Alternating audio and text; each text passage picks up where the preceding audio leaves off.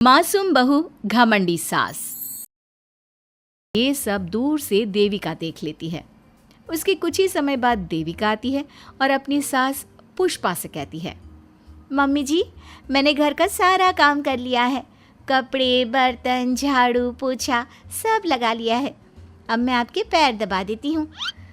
अरे लेकिन बेटा, तूने कपड़े नहीं धोए? मेरे कपड़े तो अंदर कमरे में ज्यों के त्यों पड़े हैं।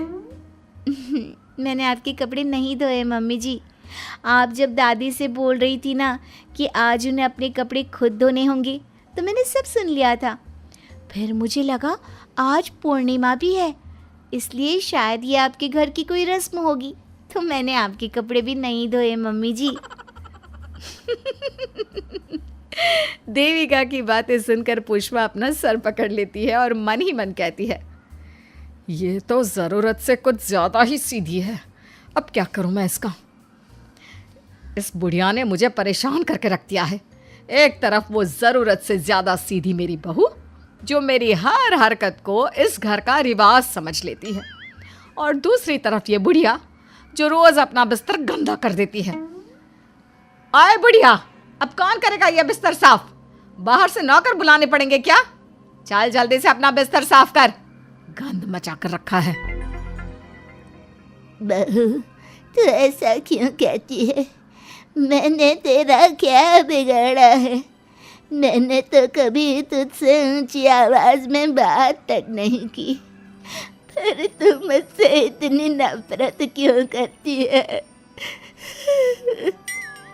तभी वहाँ आलोक, देविका और उसका पति आ जाता है।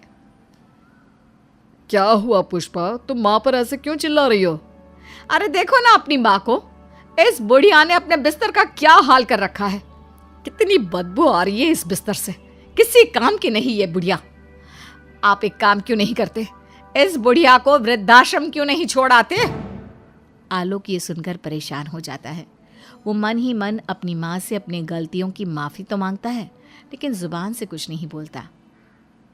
बहू, ऐसा मत कर बेटा, तू जैसा बोलेगी मैं ठीक वैसा ही करूँगी।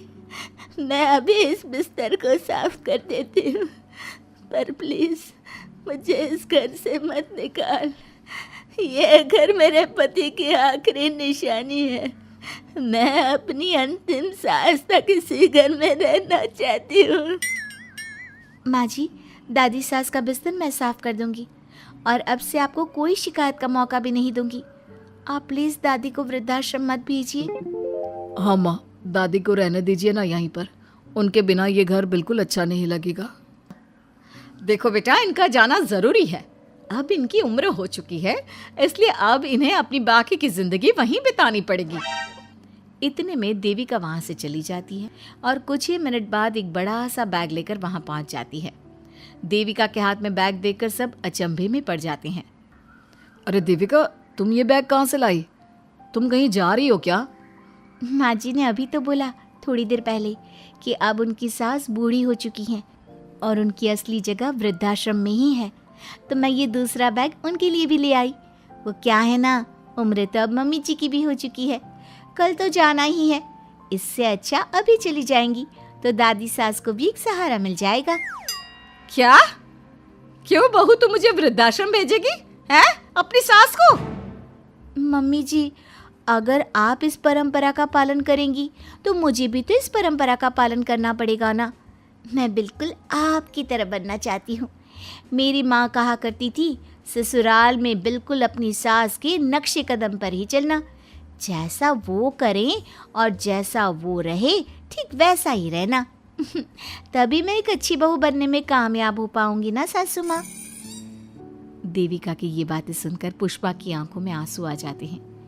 देविका की बातों में उसे मासूमियत के साथ साथ आज बहुत सी चीजें सुनाई देती हैं, जो चीख चीख कर बताती है कि वो आज तक कितना गलत करते आई है।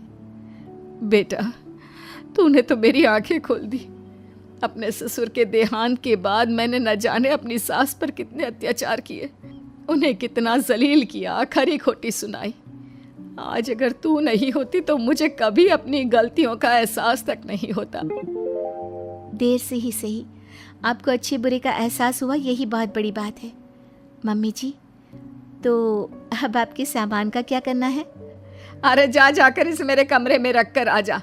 अब कोई कहीं नहीं जाएगा, सब यहीं साथ में रहेंगे। बहू, मुझे समझ में नहीं आ रहा मैं तेरा किन शब्दों में धन्यवाद कहूँ। जो चीज़ तूने 2 दिन में पुष्पा को समझा दी, वो मैं बरसों से कहने की हिम्मत तक ना कर सका। पापा जी, ज़रूरी नहीं कि हर बात कहकर भी बताई जाए। कभी कभी अपनी गलतियों का एहसास कराना भी ज़रूरी होता है, और मैंने भी मम्मी जी के साथ ठीक वैसा ही किया। उन्हें उनकी गलतियों का एहसास कराया, और देखिए आज सब ठीक हो गया। सच में देविका, तुमने आज हम सबको बहुत बड़ी सीख दी है। अब पुष्पा सुधर जाती है और घर की पूरी जिम्मेदारी देविका को सौंप देती है, और अब उनका परिवार एक सुखी और समृद्ध परिवार की तरह रहने लगता है।